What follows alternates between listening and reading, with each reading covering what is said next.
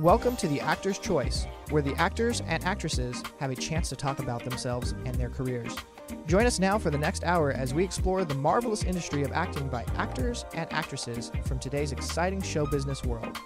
And now, direct from Hollywood, here's your host, Ron Brewington. Hi, everybody. I'm Ron Brewington, and welcome to the Actor's Choice. Roll it, Tony. You got a bathroom I can use? It's broke. Go around behind the shack. What you doing with that cracker? You in trouble, son? What you and him doing together? Just traveling. With him? What for? I use him as a chauffeur. This way, I can keep my eye on him. Keep him out of trouble. Bathroom's inside. It ain't really broke. You need it? Nice little place you got here. Hey. Ladies and gentlemen, my first guest today is a veteran actor in stage, television, and film, as well as a writer and producer in theater. He's seen and done a lot over the years, bringing out outstanding performances in programs like Raising Hope, NCIS, Two Broke Girls, and many, many others to audiences around the world. Ladies and gentlemen, please welcome the one, the only Lou Beatty Jr. Lou Beatty, how you doing, sir? How are you? I'm doing fine. Greetings and welcome to the Actor's Choice. For a long time, I and a whole lot of viewers out there have thoroughly enjoyed your performances, and we sincerely, sir, from the bottom of our heart, thank you for what you have done. First of all, what city are you from? I'm from a small Midwestern burg of note, Detroit. Did I hear you say Motown? Yes, I did. They say there's no town like Motown. You knew a lot of the Motown folks, didn't you?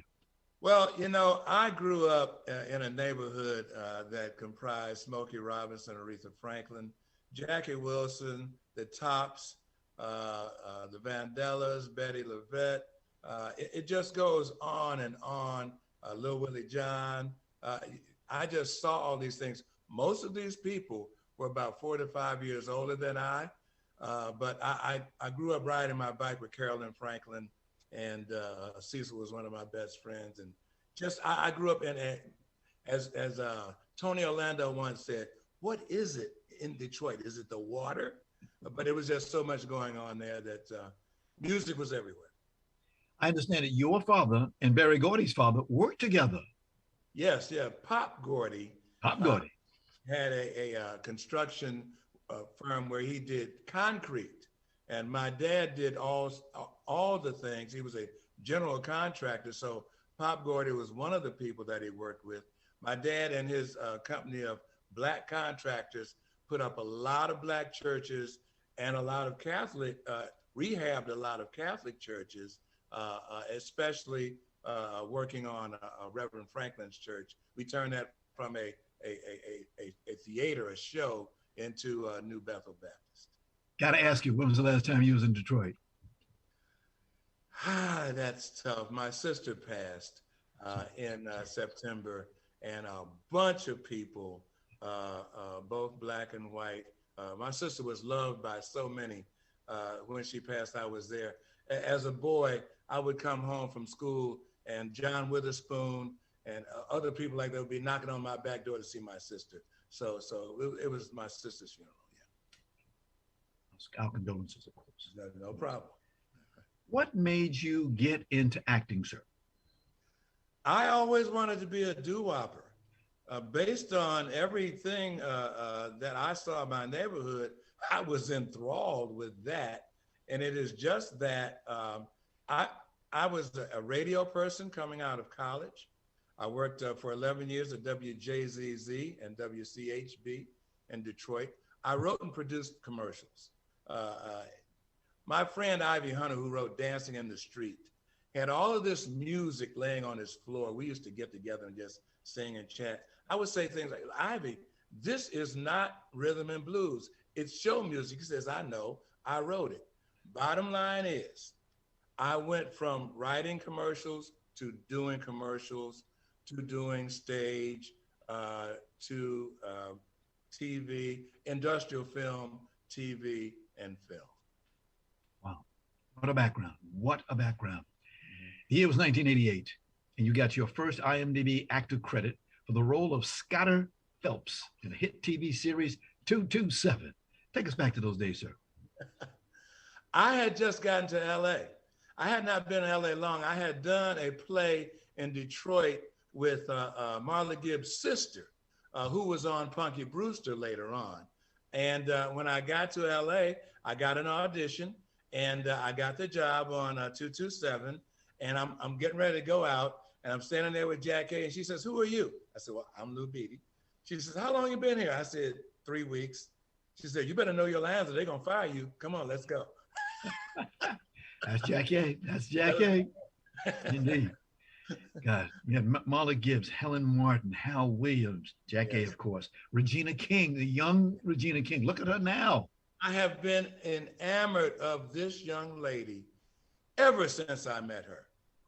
Long before I think everybody else realized what she had and what she was. At 17, I met this child and she had it and she's showing it to the world. Love it. Love it. We're trying to get her on the show. She's a busy lady, real busy lady. Indeed. Fast forward to a lot of auditions and programs to 2009 to the renowned action crime drama called NCIS. One of the most wonderful feelings I've ever had working. Tom Harmon's son. Tom Harmon was a huge football player. Yes. But his son, first name? Yes. Harmon, Mr. Harmon, yes. Yes. He ran the show, and he Mark Harmon, yes. Mark, yes, senior. He made it so welcoming. Normally, when you're a guest star, you don't know what you're going to walk into, but this man made it so welcoming that it was my favorite show to work on to that point, ever. He was just such a gentleman. He said, "There are no stars here. Whoever gets in line first, eats first. But whatever you want, ask for it, and we will do our best to make it happen." I said, well, I think I'd like a hat for this part. He popped his fingers, and then this guy comes out. He says, "Get Lou a hat." And the guy comes out with something. I said, "Oh, wow, this is wonderful." I said, "Well, I would like to do such and such." Fine. I've never, to that point, had it be so welcoming on a show. Wow. Indeed. I'd go back there in a heartbeat. Gotcha. And all those guys over there, just wonderful. Gotcha. I'm a retired Navy man from the Navy. And of course, they used to call them NIS, then they changed it to Naval Criminal Investigative Service. It used to be just Naval Intelligence Service. Good people. Charles Floyd Johnson is executive producer. Good man. Yes. Good people. Sir, you have done so many shows. I mean, I was just looking at your list. Boston Legal, ER, West Wing, Dynasty, and a TV comedy called Finding Normal. Tell about that show in your realm. Actually, it was an uplifting, Christian-oriented show. I worked with Candace Cameron Burr and a wonderful crew of directors, director, actor. It was a small town in Columbia, Louisiana, that I fell in love with, and they fell in love with me, I believe. And it was just a wonderful setting where we showed that human kindness was bigger than anything. And it was just a great experience for me. And I started out with 7th billing and I ended up with 2nd. So it was a pretty great experience for me. Yeah. I got to ask this question. Tell us about the changes that you've seen over the years in this business. Well, there are a lot of changes in a lot of areas. Yes. But the way you shoot commercials nowadays is you shoot them yourself. Because of the pandemic, you have to get a ring light. I wish I had brought it out for you. But something to set up your own camera. You shoot it from your own home. You usually set up an area with a solid background. You shoot it, you organize it, you upload it the way casting asks you to upload it to a location that is different from time to time. It is much harder for us, for anyone over 60 who did not grow up in this tech age. I grew up with a pencil and paper. So there's so many technical things that have to do with it now that it's so much harder to work just at getting a job. Once you get the job, then everything is back to the old way. You know, you do everything and it's all fine. Hit your lines, hit your mark. But to get a commercial audition, a film audition, a TV audition, it can fill up your day. You may have 3 auditions in different fields in one day. You have to learn the lines. Then you have to have a reader with you. It's just so much different from what it was before the pandemic, where you just went into a casting location and performed for the people.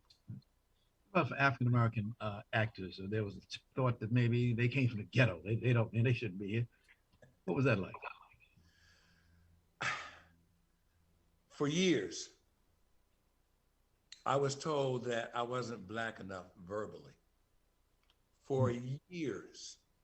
I won't name the actual products, but in commercials, I was replaced vocally in a wonderful commercial back in the early 80s.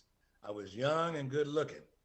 Face was all over the screen, but they switched out my voice for someone who I know very well, who they felt sounded more like what they felt Black people sound like. So it's remarkable when you really know, if you're a Black person, that from the Black neighborhood, there are doctors, judges, TV personalities, teachers, military people. There are so many different occupations that come out of the ghetto, but the one that is stigmatized, that stigmatizes us with a down and out ghetto thing is that there are pimps and robbers and drug addicts and all of that. So it's tough getting around that.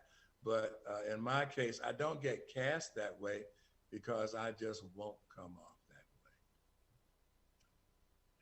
It's getting better. It's trying to get better. It's getting better. Because you have a lot of Black people who are in charge now. So they have this wonderful chance and utilize it to show the broader array of Blackness than what had been done in the past. Dims and does and D's is, as opposed to the language that we all speak every day. Gotcha. From 2018 to 2021, you had a nice little role in a comedy series called A Million Little Things. And I understand that you just completed a short film drama called Orpheus Star. Can you give us a rundown? Yeah, that was a wonderful little film. Marla was in it herself, and Starletta Dupois. Heavy hitters. Yes, and I can't remember everyone who was in it. Patricia Belcher, Starletta Dupois, you said that. I mean, I listen, I didn't know Pat Belcher was in that, because I guess I didn't have scenes with her. Margaret Avery was there. Oh, yeah. Who else was in it? Your director, you have a great director. I mean, we want to get him on the show, Don Swaby.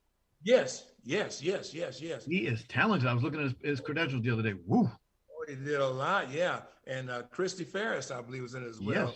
Who Don worked with back in the 90s. Yes. It's one of those real heartwarming stories about a kid who goes away and comes back, who has ties to the community, but doesn't realize that these things can't all work together, even with the way he thinks now and the way people thought then. And I'll let Don tell the story, but it is something folks need to see. Yes, indeed. I will get in touch with him as soon as I can. A little before we get out of here, you have done more commercials than as you say, you can count. Right. Let's take a look at one of your recent commercials. Roll it, Tony. Back in the day, we didn't have the U-verse wireless receiver.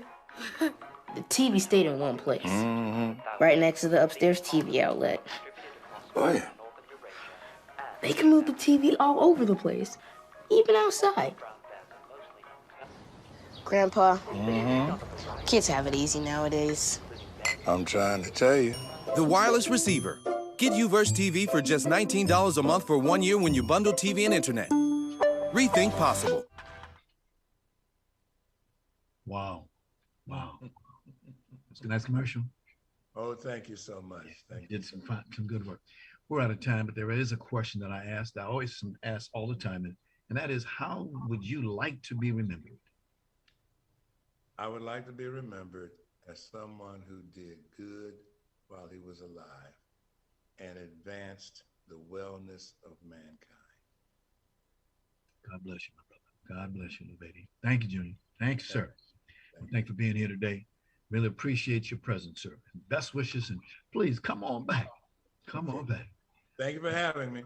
Best to the family, please. Please, All right. definitely. Best to you, Ron, and what you're doing. Thank you, sir. Thank you, sir. Ladies and gentlemen, veteran actor and producer, Lou Beatty Jr. This is the Actor's Choice. I'm your host, Ron Brewington. Got a little note here for you. If you have a product or a service an upcoming event that you'd like to see advertised on this program, please call us at 323-533-1036. That's 323-533-1036. Prices are very affordable. Roll it, Tony. Can you hear me?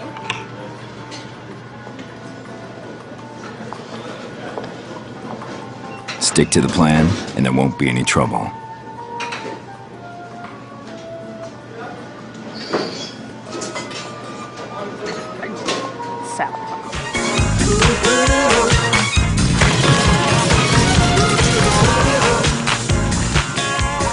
Ladies and gentlemen, my next guest today is an outstanding comedian, singer, and actor. In fact, she started her career by traveling the world for an entire year, performing in What With People, the year before she went to college. Ladies and gentlemen, please welcome Wynter Spears. Wynter, thank you so much. Hi. We forgot to tell you that in the beginning, but don't worry about it. It's no big thing. I'm always like, oh my God, can they hear me? Can they see me? Oh yeah, we can hear that. We'll cut that out for you. We'll cut that out. Welcome to the Actor's Choice. What an interesting way to get into business. How many shows did you do when you were on that tour? Okay, so it's called Up With People, in case anybody wants to look it up. Right. It's I did, by the end of the year, I had done something like 148 shows in 98 cities on 2 continents, something like that. Mm-hmm. That's roughly, give or take. 3 Canadian provinces. Yes. Don't forget Canada. My goodness. But that when I saw that, I said, this is good, because a lot of people say, I want to do this, I want to do that, I want to do that. But here you had a chance to go out there on the road for yourself for something that you wanted to do and get a chance to see what it's like. Yeah, because I figured, well, if I go and I hate it, then maybe that's not what I'll major in when I go to college. But I figured if I could make it through a year of that and just sort of doing it on the regular, then I was like, well, then this is probably what I want to do. And what was also great about it is that we did community service in every city that we went to, and we also stayed with host families, so you really got a good sense of the city and the community and the country and the language, all of those things. Okay. You said college twice. Tell us about what's it like going to college in Philadelphia. In Philadelphia. Philly was great. I was just talking to somebody yesterday about how much I love Philly. Philly is such a great town, and it was a great town to it was a big enough city that they had all the things you want from a city. They had culture, they had museums, they have an amazing theater scene, but also small enough that it felt manageable coming from living in a smaller place. Like, I'm from Chicago, and I had lived there for several years before I went to college, but I'm from a smaller town. So for me to have the opportunity to have a big city experience without being overwhelmed in a city like New York, which I got into a school in New York, but I was like, is it going to be easier for me to be poor in New York or poor in Philly? It was definitely easier in Philly. You said you were born and raised where? I was born in Chicago, and I was raised in a small town outside of Chicago called Bolingbrook. It's not that small anymore, but it was small, and I lived there. And then I lived in the city for several years before I went to college. Okay. Now, after completing college, you favored stand-up comedy. Well, what's funny about stand-up is I didn't start doing stand-up. I think I started 7 or 8 years ago. It's always hard for me to remember my comedy anniversary, but I want to say it was 7 years, maybe 8 years ago. But I actually did a lot of theater and a lot of musical theater in Chicago. And when I moved out here was when I started actually to do stand-up comedy. And that's something that really sort of, it felt like, I didn't think that it would, but it felt like a natural evolution for me as an artist, as like something else that I could try and possibly be successful at. Doing live theater in Chicago. Wow. Straight theater and musical theater. Yeah. I did theater in Chicago for many years before I moved out here. But you made it through. I did. Yes. And what was great about Chicago is that like it was a small enough market that I got to get real experience working in theater. I got my SAG card in Chicago. I got my equity card in Chicago. Like I felt like I got all of my professional, like a basis and training and all of that a lot of that I got from Chicago. Well, they owe it to you. You're a resident, born and raised. They owe it to you. True, absolutely. When you're doing stand-up comedy, my dear, where do you get your ideas from? From things that happen to me, from random things. I don't know about other people, but weird things happen to me all the time. And every time something interesting or weird or bizarre, or something that just happens that I'm like, okay, that was an interesting exchange. Where's the, what's the funny in that? What's the joke in that? What is the sort of truth of that experience for everyone in that? And then it's usually a lot of times the jokes that I end up telling are just weird stories about things that happen to me that I tell my friends. And then I tell the story enough that I go, oh, okay, this is the premise. This is the setup. This is the punchline. And that's sort of how, because sometimes my jokes are just funny stories about weird things that happened to me. And then ultimately they become a joke after I tell the story enough. Okay. What's the hottest subject matters these days in comedy? What's the hottest subject matter? Well, I think the hottest subject matter anywhere right now is the pandemic, because it's a collective experience that we're all living through right now. And it's the thing that, like, there are different things that have defined different generations, whether it be the civil rights movement or the Vietnam War or whatever, or all sorts of things that have happened in history. And the thing that is going to be, I think, the defining moment for us, this is going to be this thing that we talk about in 20 years and 30 years, that we tell our grandkids about, is going to be the pandemic, because we haven't lived through this before. The last pandemic was 1918. So this is going to be the thing that those people were telling their kids about it. So this, I feel like, is going to be the thing that we're telling our kids about. I don't have to tell you this, my dear. You've been there, done it. But folks can be real. I mean, real mean when you're in that audience. Two places come to my mind real quick. One is the Apollo Theater in Harlem. I was born and raised in Harlem. Wow. That's one. Wow, yeah. That's one. And the other one is a little nightclub that used to be on Sunset and Vine on the top floor, and a little club called Simply Blues. Simply Blues, okay. It's called Simply Blues. They were terrible. I mean, some good people would come up there for a comedy evening, do their best shot, and then fools would sit there and look at you. But here's the thing. The thing is that first of all, let me say that I have been very fortunate. Most audiences that I have been in front of have been extremely kind and very wonderful and very receptive to the kind of comedy that I do. That being said, I have been in rooms where I tell the jokes I tell often, and they always get laughs and just stone silence. So it's one of those things that sometimes the audience is not there with you. And there are people who say that, a really good comedian can turn an audience. And I honestly believe that that's true, because I've seen it happen. But sometimes they're just not ready to laugh. And you have to find your way in, because I've been in audiences where I've been watching comedians and I've watched them turn an audience or even turn a heckler just because of the way they approach it. Because I saw this guy and he was in the middle of his set and a man kept yelling out. And at one point he just sat down. He said, "Sir, what's your name?" And he talked to him for like 5 minutes, found out where he was from, found out what he did for work. And then he said, "Sir, I'm just going to go back to my set." Went back, did the rest of his set. The guy never said another word. Sometimes people just need to be heard. You never know. So you never know. And sometimes you never know which way the audience is going to go, because sometimes you can take someone to task for being a heckler and the audience is with you. And sometimes you can take them to task and the audience is not with you. You never know how it's going to go. You never know how it's going to play. Wynter, I likes your attitude, my dear.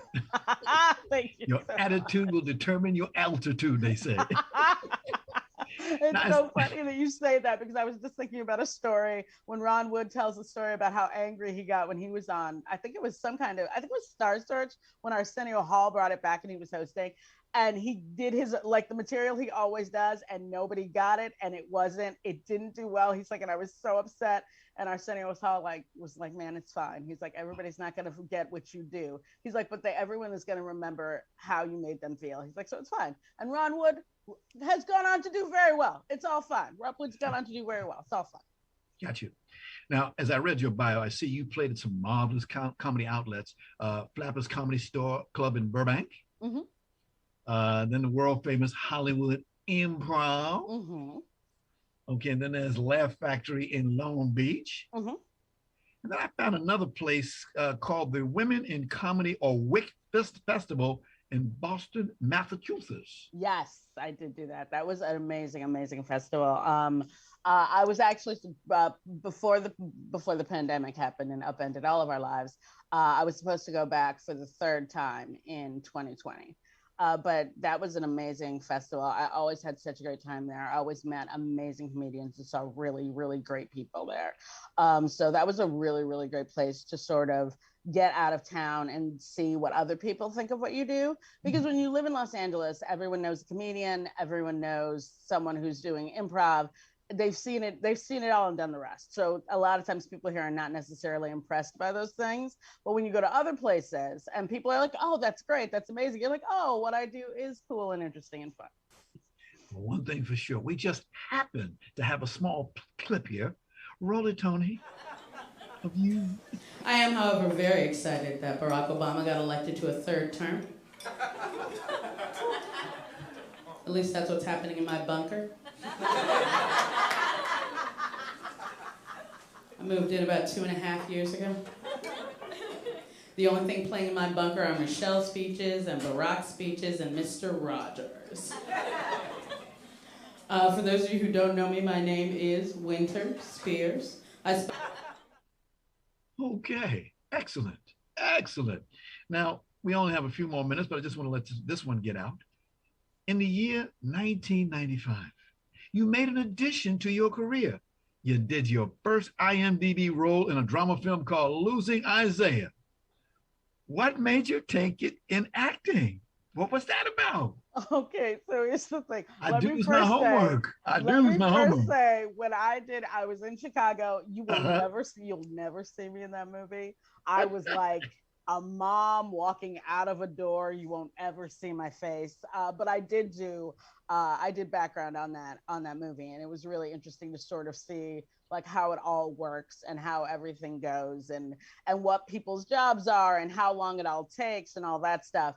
So that was really actually a really interesting experience to see how sort of the magic happens behind the scenes. Like I didn't know that they're like when there are kids, there are a bunch of kids, and there's like all these things that I didn't know. I was like, oh, it's just the same kid over. No, there are many children in case one gets tired. So like that kind of stuff. So it was interesting for me to do that and see that before. Like that was before I ever had done anything major, any commercial work or anything like that. So that sort of prepared me for the moment when I got cast in my first commercial. And not only was it my first commercial, I was principal in that commercial and all of those things. So it was interesting to sort of have that background and to see, okay, this is sort of how they make the magic happen.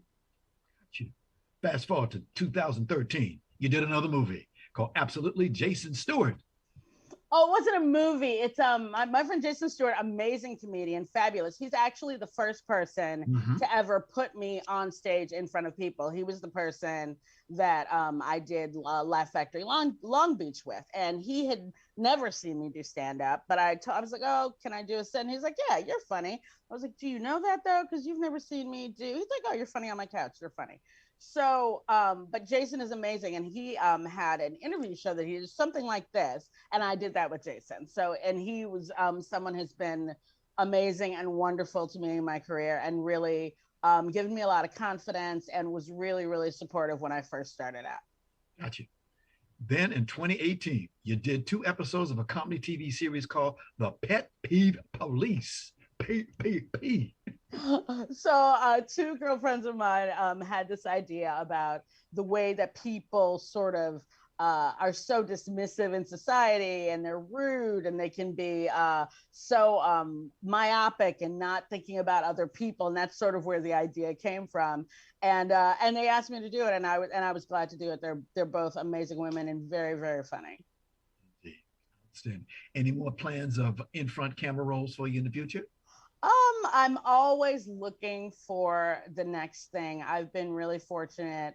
And I'm hoping that the next thing I do in front of camera will be something to do with comedy. So I love comedy, and comedy has been really, really good to me. And a lot of the people that I'm big fans of, like Maria Bamford and Gina Yashere and people like that, are like writing and doing voiceover and doing all these amazing things, and sort of and that's the kind of thing that I see my career going that way. I also love to perform in front of people, which has been difficult, especially recently. But that's also something that I would really love to do as well, continue to do as well. All right. Like I say, love your attitude, lady. You got a good attitude, definitely. Thank you. By the way, you and I have the same friend in common. She's an actress, a producer, Eva Marie Frederick. Eva Marie is lovely. I love Eva Marie. She's good lady. Good lady. She's the best. Yes. She's knows a lot of people in this town, and I told her she was going to be on the show today. She told me to give a good goes to you. Say hi to her. Oh, thank you, Eva Marie. Hi, Eva Marie. Hey, she's doing fine. But keep on doing what you're doing, lady. We'd love to have you on the show back again.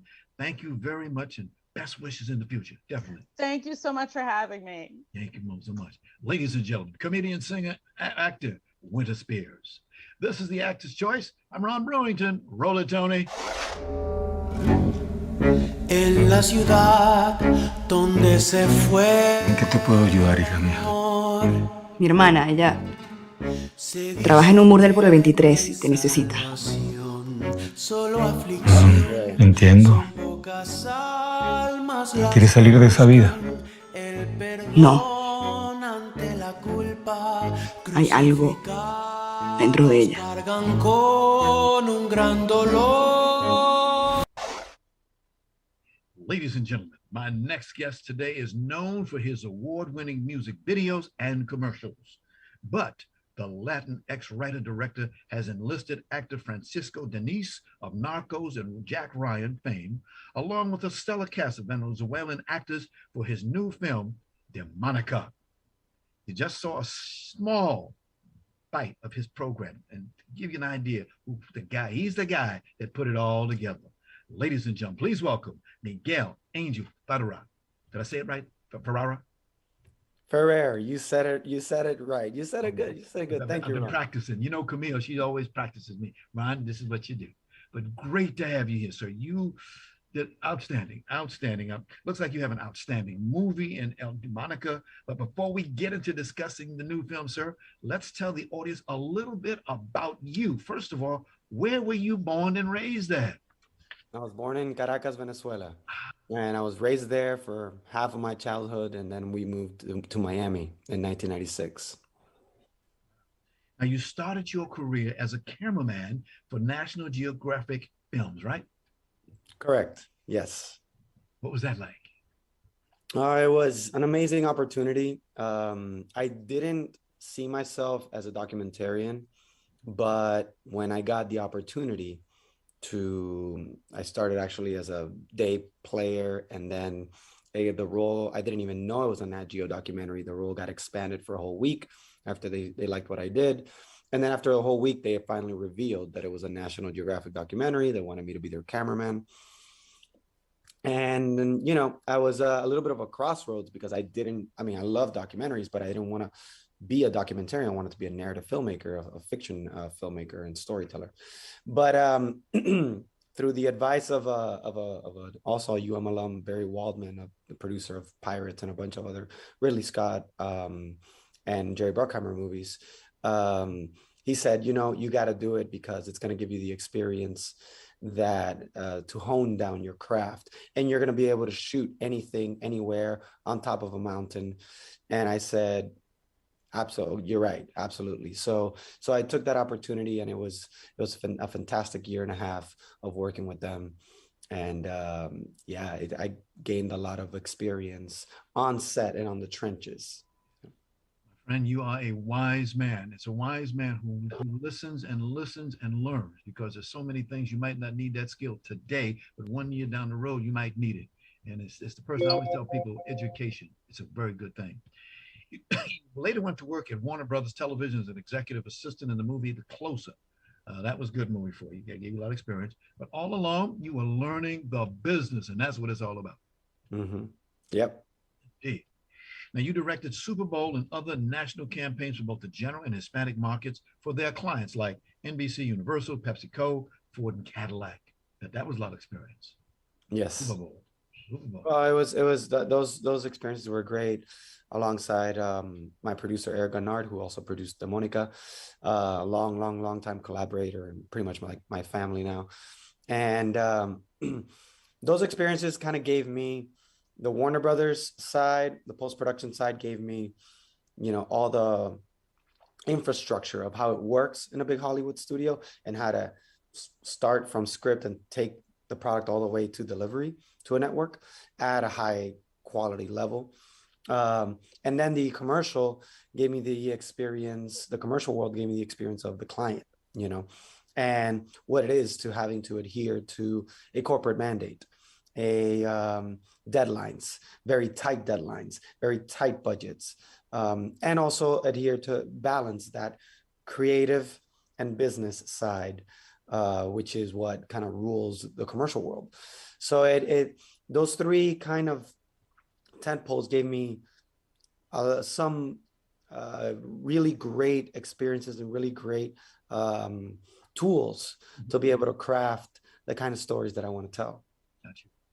The year was 2005, and then you came out with your first IMDb film. It was called Charles Lennox. And ladies and gentlemen, it was a 15-minute short film drama. He had the role, you did an acting job, a little acting yourself in there, but you were also the director, the producer, the music, the film editor, and sound. Woo, that's a lot of hats to wear, even for a 15-minute film. Wow, what was that like? It was actually my first film ever. It was in college. Yes. And it was actually shot on film, on 16 millimeters. Mm-hmm. So coming up with the assignment really was to shoot a story without dialogue. And what we came up with was the idea to shoot this noir detective story in which all the characters, there's no sync dialogue. So all the characters speak almost in shadow and almost behind the scenes, and with something kind of blocking their mouth. But there is some voiceover, and there are some dialogue scenes, but you never see like the dialogue in sync. And the fact that it was film and we decided to shoot it in black and white, it was an amazing experience, an amazing experiment. And well, I can't believe you brought that out of the bag. Oh, yes. I do my homework.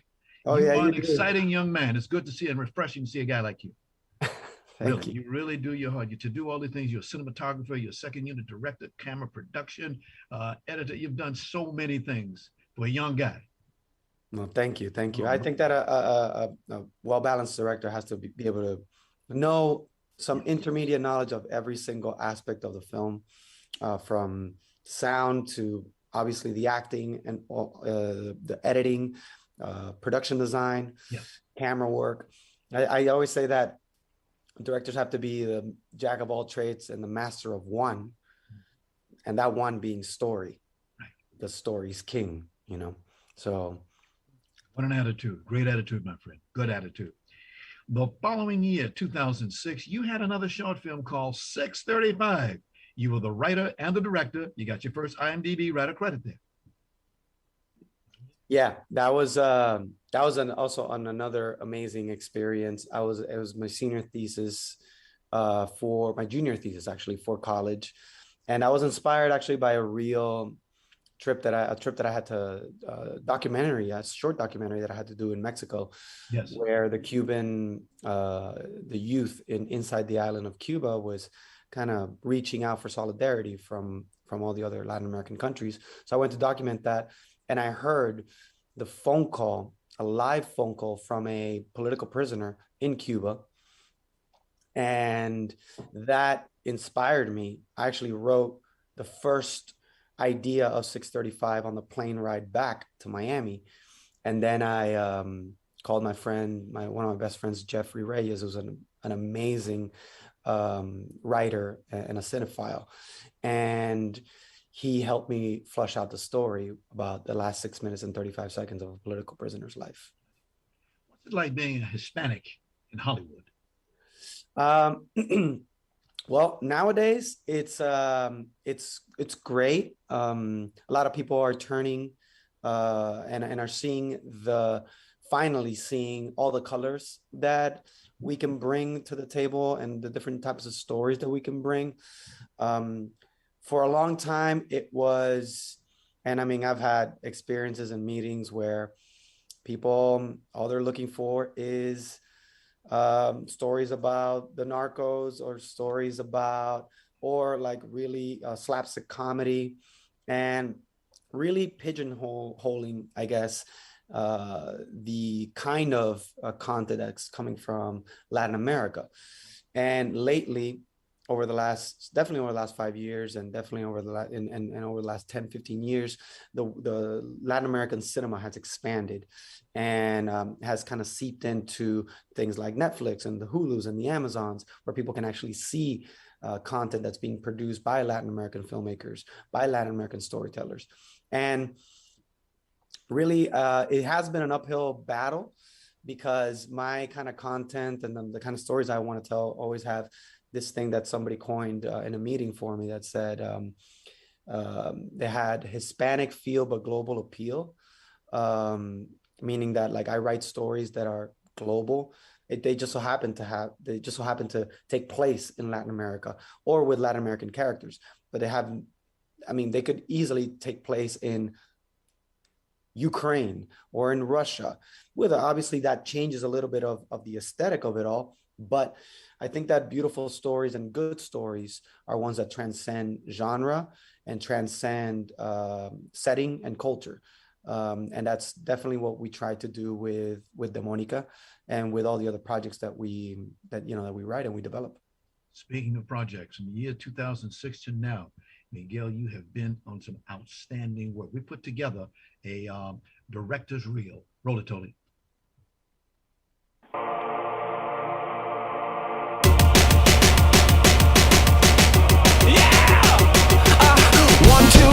Do you love me? Watch me scream, burning on the trees in amazement. Cause I'm on fire. You know, 4, 5, 6, show you all my tricks. 3, 5, 4, we're giants at the door in amazement. Cause I'm on fire. Ooh, ooh. Wow. A lot of work, young man. A lot of work. Thank you. Appreciate it. Parents are very proud of you. Indeed. Indeed. Now, using current technology and special effects, it gets better all the time, obviously. But who gets the benefit? Us out there in the theater. We get it because you don't have to tell me this, but it's competition going on between you guys. You make a good movie and somebody says, oh yeah, if he makes that movie, I can make a better one and a better one and a better one. And before long, here we are sitting here in a movie house with our popcorn and our hot dog, just taking it all and saying, thank you, fellas, thank you. I think that definitely the movies that inspired me have always been big event movies, from Jurassic Park to Aliens to the Terminators, growing up. Definitely Independence Day was the first movie I ever saw here. The day I landed in 1996, the day I landed, I went straight from the airport to see Independence Day, because living in Venezuela, having seen all the advertisements for it, at that point in time, that movie was going to come out 2 months later in Venezuela. So when I landed in the States, I think it was like July 10th, I told my aunt when I landed in Miami, I said, we got to go straight to see this movie because I'm going to be the first one of my friends, to see this movie like 2 months before anybody else. So big event movies and these kind of movies really wowed me as far as, their visual, their VFX techniques and really like the ability to bring photorealistic elements to a story that are fantasy or science fiction. And so I always gravitate towards that, and I have a love for it. However, I apply it very much like one of my other favorite directors is Nolan, who tries to shoot as much as he can practically, and that's what I try to do, as much practically as possible. And then you enhance the scenes and enhance the environment with those things that prove to be cost effective with VFX. And luckily the team and the people that I've worked with over the years have been really, really amazing artists that we've been able to collaborate and really bring things that otherwise wouldn't be possible to life. It's been a good year for you. You had a short film out called Tempest. You also had another film that came out called Loli's Luck, where you were the composer on. And you did it all on that one. My goodness, excellent work, excellent work. But doing DeMonica, that's why we're here today. Great, great piece of work that you did there. I understand it was done in one of the most dangerous cities in South America. Can you tell us about that? Yeah, well, we were going to shoot we were going to shoot the entire film in Caracas. Okay. However, the pandemic hit and we were pretty much stuck. The guys who were in the country and the team that was in the country was stuck inside the country, and I was stuck outside. Like I couldn't go over. So about 5 months into the pandemic, once things started opening up in LA, I saw an opportunity to be able to shoot it here, to shoot the interior scenes here in my house in Highland Park. And I had a production designer, Vin Sanchez Zambrano, come from New York and build the entire set inside my house, which was something that 6 production designers told me wasn't possible. And then once we shot it here, got an amazing cast, an amazing team of artists to be able to do that. We shot it here for 2 days, and then I went to Venezuela to shoot it in Caracas. And that was a whole journey. Maybe someday somebody involved will bring out a documentary about that, because that was an Indiana Jones type of adventure just to get into the city. Right. And then shoot it in the city. What was it? Passport complications, military checkpoints, all that stuff? Yeah, pretty much. There was a lot of passport and paperwork complications for me to enter the country and get out of the country as well. So even though I was born there, a lot of bureaucracy and a lot of red tape that you have to go through, and it takes time. And that time I didn't have. Sometimes it could take 3 months to get your passport. So anyways, shooting in the city was magical. The people there were amazing. The artists that are in the country and in Venezuela are just incredibly talented. There's a gold mine that has not been discovered. That there are a lot of really great Venezuelan artists that are in the country and also mostly outside, like Francisco, like Daniela, like Alec, like Claudia, like Vince, like Edgar Ramirez, and so many others that are outside of the country. But inside the country, there are people that have not been discovered that are just amazing talents. And I cannot wait to be able to share that with the world, not only in this project, but in others. And we shot in El Barrio de San Agustin, the favela of San Agustin, and the people there were incredibly hospitable, incredibly generous, happy. And I felt, even though it is one of the most dangerous cities in South America, I felt incredibly protected, incredibly grateful, incredibly at home with them. So it was a really magical experience. I read one of your quotes: "We put our lives on the line to make this film." Yeah, I mean, when I would tell people and friends of mine that are Venezuelan what we were doing and how I was crossing the border by foot, yes, and I was getting picked up at the border and then driving 14 miles through military checkpoints and all that whole journey, their answer was always, are you insane? what are you doing? Am I, to me, it wasn't, there wasn't even a question. It's the thing we had to do in order to get the job done and also get out of the, be able to get out of the country in time for another shoot that I had. So there was no question to me. I have this, anytime that I'm faced with an obstacle or something that might provoke some sense of fear, to me, it's just, okay, what is the answer? What is the objective? What do we have to do in order to make this happen? That's our goal. And now we're going towards that goal. And that's it. That's what we're going to do. We might fail. There is a possibility of failure, but we're not at the end of it. We're not going to be, nobody's going to be able to say you didn't give it your best, or you didn't try everything possible within reason. And I think that this trip was, and this risk was within reason. It wasn't like I was going into a active war zone, which other people, journalists, that's definitely some that I worked with in National Geographic, did and still do. So to me, it was a calculated risk, and it was definitely worth it after seeing the end product. Yeah, we got to go, but before we do, let's take one more look at your movie, Demonica. Roll it, Tony. Solo te pido. Y si no me ayudas, Solo te pido. voy a volver acá Confiesa a visitar a tu rebaño. pecados y yo me quedaré a tu lado. Voy a pecar. Solo te pido. Outstanding, my friend. Outstanding. Thank you, Ron. Special thanks to your publicist, the Spot of Public Relations. There's some good folks up there. You got the best.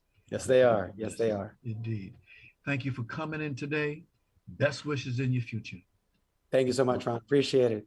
Nice indeed. Look forward to meeting you one day. Take care. Likewise. All right. Ladies and gentlemen, Director Miguel Andrew Ferrer. I want to thank our sponsors, Harvey Bronman, Photography is an Art, Ron Irwin's Haiku, Style, Passion, Heart, Larry Buford's Book to the Future, Time Travel, Message in a Capsule, State Farm Agent Carla Green, and veteran actor Rob Brownstein's Actor Training School and Actor Space. Much thanks to our guests today, actor producer Lou Beatty Jr., actor, singer, comedian Wynter Spears, and director producer actor Miguel Angel Ferrer. And of course, special thanks to our ever-growing worldwide audience. Be well. We will see you next time.